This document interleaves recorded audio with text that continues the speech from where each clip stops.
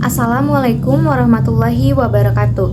Perkenalkan, nama saya Tia Rostianisi. Di sini saya akan menjelaskan apa itu sintesis dan bagaimana contoh dari sintesis dalam skripsian Anissa Cahyani Wahyudi.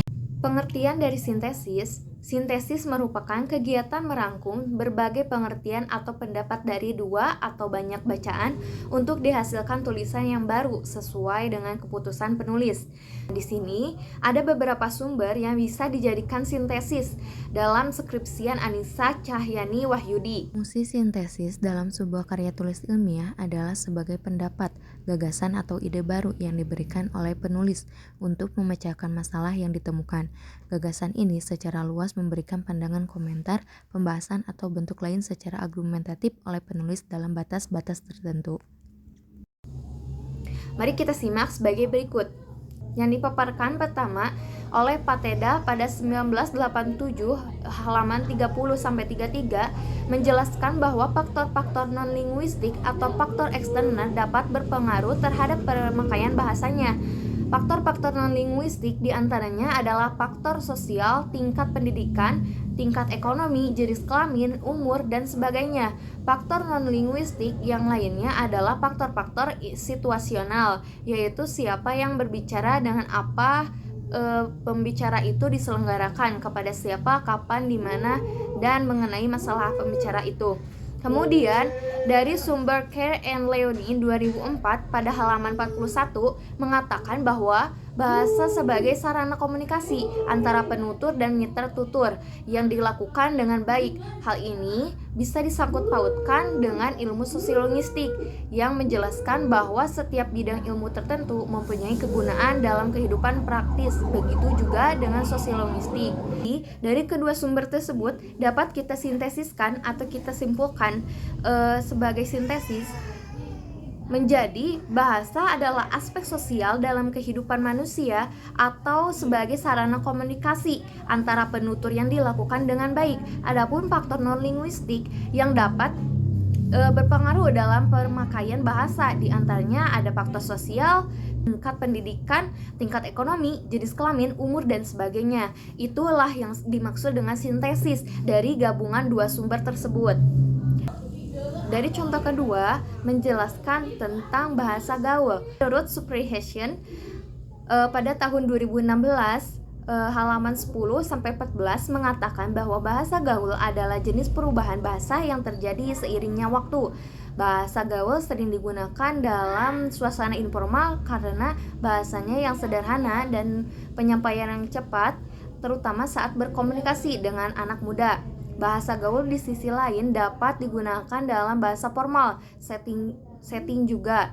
Hal ini dikarenakan bahasa gaul dewasa ini berkembang dengan sangat baik dan lebih ditujukan untuk kalangan remaja. Sedangkan menurut Gunawan pada 2013 memaparkan bahwa bahasa gaul merupakan cara remaja untuk berkomunikasi.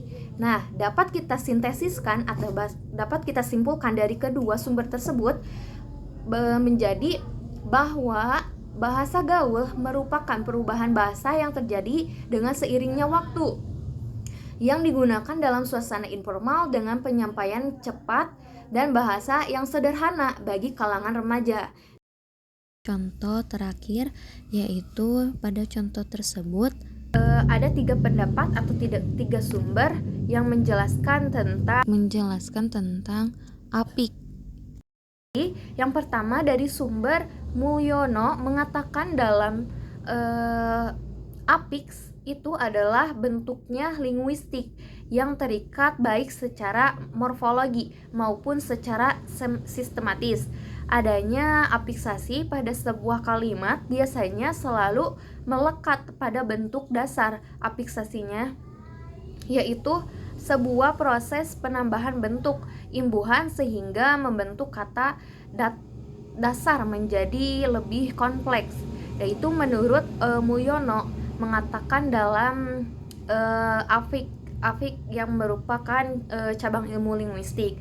Dan dari sumber kedua, menurut Ricard dalam Putrayasa 2008, afiks adalah bentuk terikat yang dapat ditambahkan pada awal atau akhir tengah kata afiks menjadi dasar untuk membentuk kata pada pembentukan kata yang berkaitan dengan afiksasi. Dan dari sumber ketiga, menurut Kerr tahun 2008, dengan segala jenis afiknya, proses afiksasi itu dibedakan jadi preplikasi, yaitu proses pembubuhan, freksi, terus konfikasi yaitu proses pembubuhan konfiks, dan sufikasi yaitu proses pembubuhan infiks. Dari ketiga sumber tersebut dapat kita sintesiskan atau dapat kita membuat penulisan sintesis dari gabungan sumber tersebut menjadi, sehingga afiks merupakan cabang linguistik yang terikat secara morfologis maupun sistematis yang tidak bisa berdiri sendiri dan belum memiliki makna. Misalnya, pada kata minum setelah mendapat afiks an maka menjadi minuman. Adapun jenis afiks yang dibedakan menjadi preplikasi, konfliks, sufikasi, dan infikasi. Nah, itu sebagai contoh yang menjadi penulisan sintesis dari ketiga sumber tersebut. Mungkin yang bisa saya sampaikan sekian. Terima kasih. Wassalamualaikum warahmatullahi wabarakatuh.